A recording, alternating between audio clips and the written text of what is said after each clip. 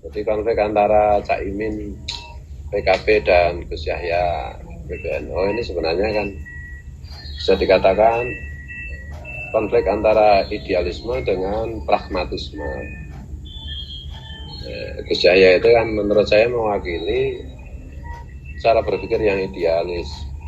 Bagaimana semboyan beliau yaitu sebelum ketika menjadi ketum PBNU yaitu menghidup-hidupkan kembali Gus Dur.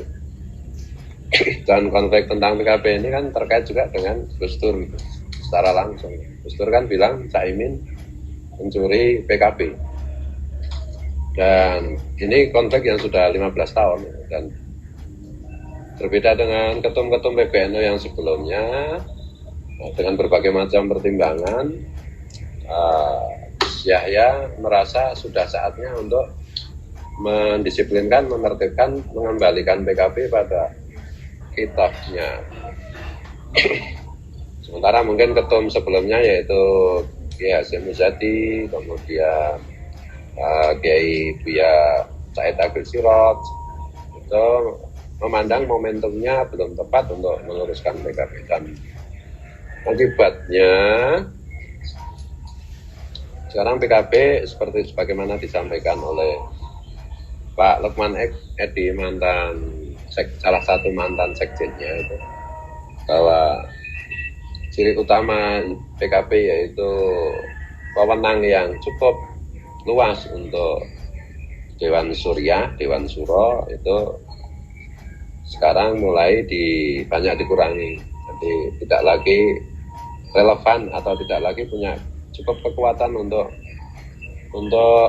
turut serta mengambil keputusan PKB. Jadi semua ya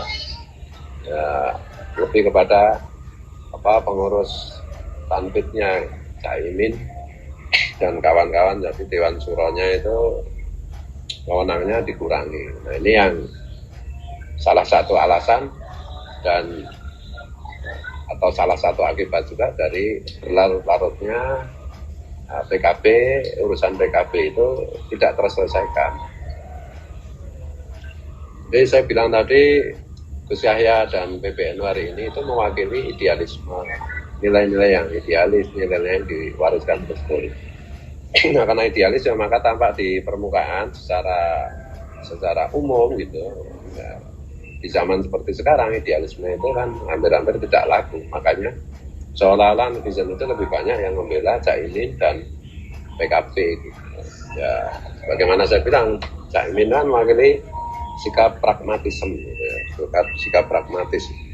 Iya. Ya seperti itu ya. Dan suka Caimin kan salah satu jurusnya kan suka memberi bisyarah setiap berkunjung ke pesantren kiai, hobinya itu. Sementara mungkin kalau Gus Yahya kalah lah. Maka begitu ya Caimin mungkin merasa tidak cukup punya awu dalam bahasa Jawa. Atau kalah dalam soal awu kalau dibandingkan dengan Gus Yahya. Dan kalau saya menyoroti itu yang karena Caimin itu pragmatis ya, jadi bagaimana caranya beliau itu mengupayakan kenaikan suara PKB entah dengan cara apapun dalam tanda petik. Makanya kemarin dia dengan tega itu berkoalisi dengan Pak Anies Baswedan. Ya demi suara itu kan. Meskipun dilaporkan juga oleh Pak Lukman Edi ya suara PKB di kantong-kantong NU itu malah menurun, tapi secara umum ya memang perolehan suara PKB memang luar biasa naiknya dengan pendekatan organisasi maupun lebihnya Caimin meningkat secara pesat. Nah itulah pragmatisme. Jadi ya, semua orang kan termasuk kiai pun hari ini tidak banyak yang idealis. Ya, termasuk contohnya soal nasab itu kan banyak kiai lebih memilih sikap diam. Nah dengan diam itu kanan kiri bisa oke. Kalau dalam bahasa kasar ya mungkin lebih suka dalam tanda petik quote and quote itu bersikap munah. Tapi ya itu ya masing-masing orang kan punya pilihan. Nah terkait juga dengan konflik PKB, PKB-nya Cak Imin dan Gus Yahya, PBNU-nya Gus Yahya, ini juga kalau kita bisa lihat gitu, bagaimana Gus Yahya yang idealis itu meskipun lirih, meskipun samar, meskipun dengan sindiran, itu berpihak kepada putra-putri bangsa Nusantara, khususnya Nahdien kultural, mengenai polemik nasab, dan bahkan bisa dikatakan bahwa yang mula-mula atau yang pertama-tama menggugat nasab Alwi itu secara tidak langsung adalah statementnya Gus Yahya, ketum PBNU. Jadi juga bisa dilihat gerakan-gerakannya bagaimana misalnya Cak Imin baru saja ketemu Kiai Supron Makmun. Supron Makmun kan jelas afiliasinya kan ke Habib.